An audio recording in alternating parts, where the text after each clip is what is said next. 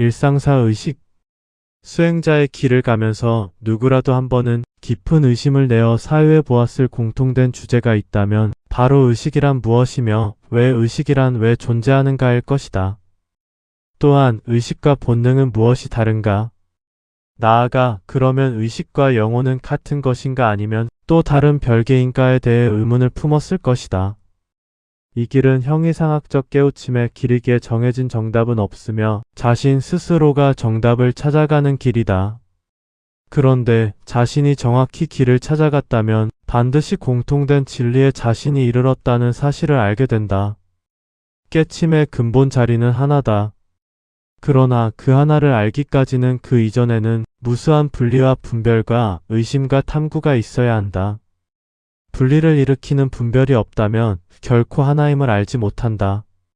이는 마음이 분별심을 잃어버려 하나가 되는 것이 아니다. 분별하고 쪼개어 살펴보니 결국 모두가 하나임을 아는 것이다. 즉 마음과 몸이 합의를 이루는 것이 아니며 의식과 영혼이 합의라는 것도 아니다. 분리된 각자가 결국엔 태초의 하나였음을 아는 것이다. 각각을 분리된 채로 그냥 놔두고 하나로 보는 것이다. 반면 드물지만 나름의 깨우침에 이른 사람은 만물을 통째로 보아 단일의식이라고 하여 만물을 하나로 보는 경지에 오르는 경우가 있는데 이는 공성을 크게 깨우쳤기 때문이지 분리가 철저히 일어난 후의 깨침은 아니다. 하나라는 깨침은 분리가 철저히 일어난 후에 드러난다. 그러면 왜 모든 만물은 단순히 물질 상태로서만 존재하지 않고 의식되고 경험되어지는 현상이 일어나는 것일까? 세상은 의식하는 부류와 본능에 의한 부류와 의식이 강한 부류와 의식이 미약하거나 없는 부류로 분류되어 각자마다 존재하고 있기 때문이다. 물리적 존재란 피라미드 계급주의로 구성되어 있어서 맨 아래층 흙과 물 그리고 불과 바람 같은 무생물은 의식 없이 생명체의 생존에 필수적 역할을 한다. 식물은 유전자의 각인된 생존 본능에 따라 성장하며 동물은 생존 본능과 집단 본능 그리고 미약한 의식에 따라 적자 생존해 나가며 번식한다. 또한 인간은 본능과 의식이 얽혀 있으며 본능에 치우친 사람도 있고 의식에 치우친 사람도 있다. 결국 물리적 피라미드 계급 시스템에서 최상위 존재는 돈이 많은 사람도 아니고 권력이 있는 사람도 아니다. 의식이 강한 사람이 고등 생명체이며 최상위 포식자다. 그러나 이런 구조를 인류는 누구도 받아들이지 않는다. 특히 부와 권력을 가진 자들은 의식이 강한 자들을 교육과 경제 시스템으로 몰아내고 최상위 자리를 빼앗아 차지했다. 의식이 강한 사람은 사회에서 낙오자가 되거나 혹은 은둔자나 반항아라는 죄명을 씌워 조직적으로 가둔다. 그리고 그들은 인류를 경제적 생존에만 매달리게 만든다.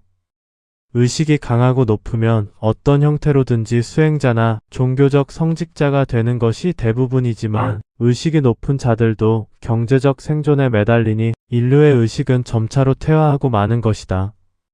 이런 물리적 시스템의 의식을 가지고 존재한다는 것은 그나마 다행이며 자신이 비록 지금은 인간이지만 의식의 경계를 넘어서게 되면 인간 이상의 상위 차원의 의식을 지니게 된다.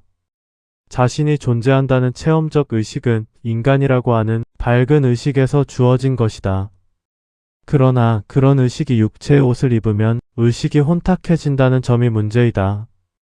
즉 물질 세계에서 대상과 자신을 의식할 수 있다는 점은 자신의 의식에 의한 작용이며 그 의식이 물질을 지배하는 것이다.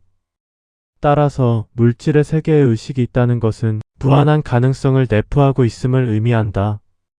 그러나 궁극의 문제점은 의식이 있음이 문제가 아니고 의식이 끝없이 삭제되고 다시 태어나는 윤회에 갇혔다는 사실이다. 인과에 얽힌 윤회만 없다면 의식 자체는 아무 문제 없다. 그러면 현상계와 시스템계는 의식이 우선인가 아니면 물질이 우선인가 할 것인데 나는 시스템과 현상계 모두를 창조된 세상으로 보고 있다. 즉 독립되어 분리된 어떤 의식이 현상계와 시스템계를 만들었다고 본다. 그 의식을 물질적 세계의 창조주라고 할 만하다. 다만 여기에서 창조주가 선하냐 악하냐는 다른 문제이다. 그의 놀이동산에서 인간은 의식하는 존재로서 존재하는 것이다.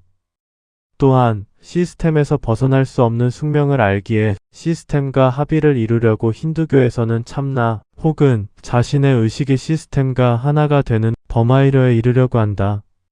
그러나 이런 사상은 결국 놀이동산에서 못 벗어나게 한다. 이때 시다르타의 불교가 등장하여 고정된 자신은 없다는 무아를 방편으로 하여 존재와 합일될 자신이란 없다고 가르친다. 즉 시다르타는 무아를 통하여 미련 없이 시스템에서 벗어나는 길로 유도한다. 순환하고 있는 영혼이 없어서 무아인 것이 아니고 시스템에서 벗어나려면 무아를 알아서 미련과 집착을 소멸시켜야 하기 때문이다. 또 다른 의문점이 있다면 과연 깨침은 일상사인가 아니면 특별한 상태인가 할 것인데 결론적으로 말하면 깨침은 특별한 상황이자 대사건이다.